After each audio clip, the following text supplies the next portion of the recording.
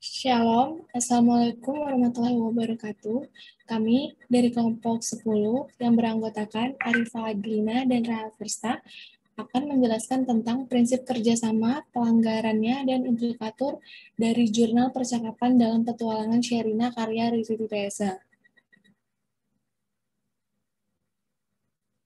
Pada kesempatan kali ini, kita akan membahas tentang prinsip kerjasama, implikator percakapan, dan pelanggaran maksim kuantitas dan implikatornya.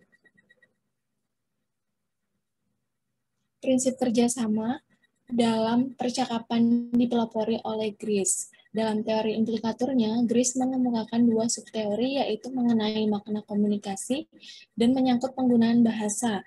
Prinsip kerjasama mengatur apa yang harus dilakukan oleh peserta percakapan atau penutur dalam penutur agar percakapan itu terdengar koheren. Penutur yang tak memberikan kontribusi terhadap koherensi percakapan sama dengan tidak mengikuti prinsip kerjasama.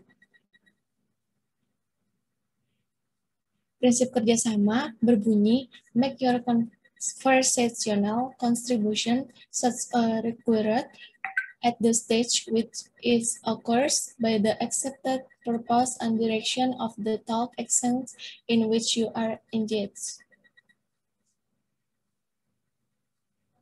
Implikator adalah konsep implikator pertama kali dikenalkan oleh Grice untuk memecahkan persoalan makna bahasa yang tidak dapat diselesaikan oleh teori semantik biasa. Pembahasan tentang implikator mencakupi pengembangan teori, hubungan antara ekspresi, makna, makna penutur, dan implikasi suatu tuturan. Di dalam teori implikator, menyebutkan 3 jenis implikator, yaitu implikator konvensional, dan peranggapan. Selanjutnya akan dibacakan oleh rekan saya, Arifah.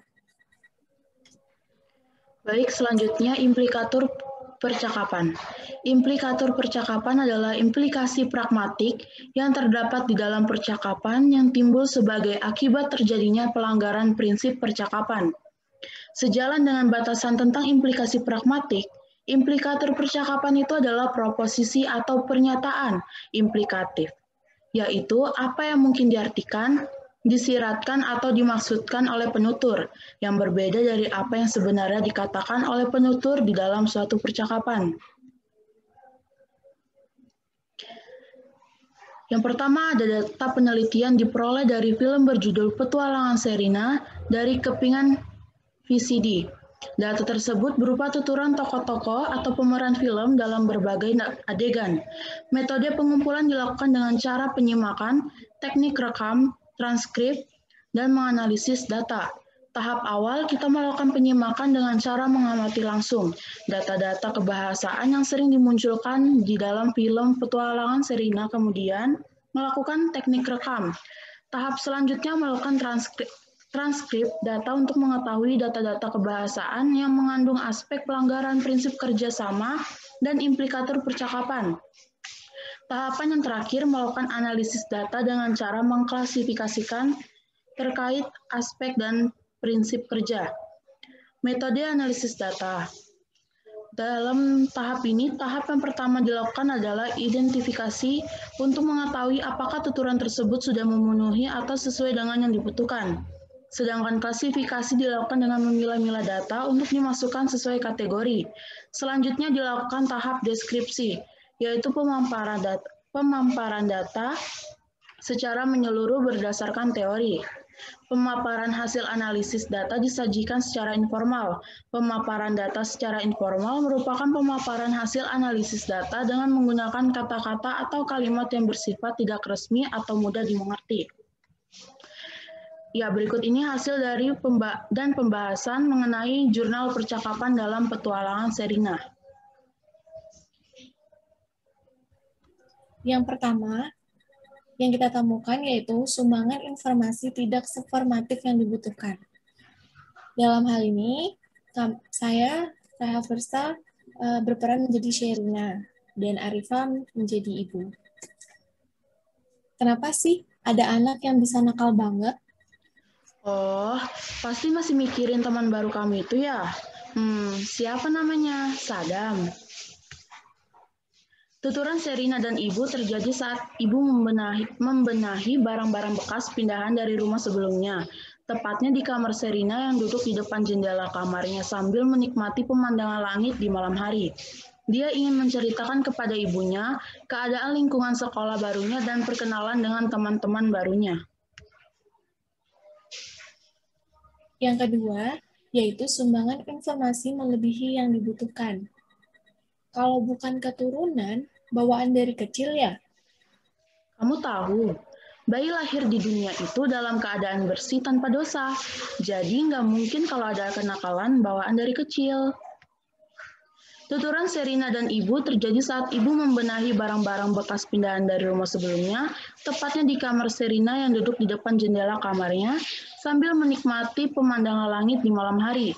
Dia ingin menceritakan kepada ibunya keadaan lingkungan sekolah barunya dan perkenalan dengan teman-teman barunya. Yang ketiga, pernyataan penutur samar. Di sini saya menjadi Sherina dan Arifa menjadi Ibu guru. Hei, sebentar. Shh, ada apa, Sherina? Ini Bu, nempel. Tuturan Bu Guru dan Sherina ini terjadi saat Bu Guru sedang mengumumkan liburan sekolah dan tugas selama liburan sekolah berlangsung. Di sela-sela pengumuman tersebut, Sherina tampak kebingungan. Melihat Sherina yang seperti itu, teman-temannya juga ikut kebingungan karena mereka tidak tahu apa yang sedang menimpa Sherina. Tak lama kemudian, Bu Guru pun mengetahui hal tersebut dan langsung bertanya kepada Sherina. Jadi kesimpulannya, dalam film Petualangan Sherina, terdapat berbagai macam implikator percakapan yang timbul karena pelanggaran prinsip kerjasama. Dalam film Petualangan Sherina ditemukan pelanggaran prinsip kerjasama, yaitu maksim kuantitas, maksim kualitas, dan maksim cara. Pelanggaran maksim kuantitas lebih banyak ditemukan karena penutur dan lawan tutur tidak mengikuti prinsip kerjasama. Penutur dan lawan tutur saling memberikan kontribusi yang berlebihan dan tidak ditemukan maksim relevansi karena penutur dan lawan tutur atau tokoh-tokoh film mengikuti prinsip kerjasama dengan baik, sehingga menghasilkan tuturan yang bersifat kooperatif. Baik, mungkin itu saja yang bisa kami sampaikan. Jika ada salah kata, mohon maaf. Kami akhiri. Wassalamualaikum warahmatullahi wabarakatuh.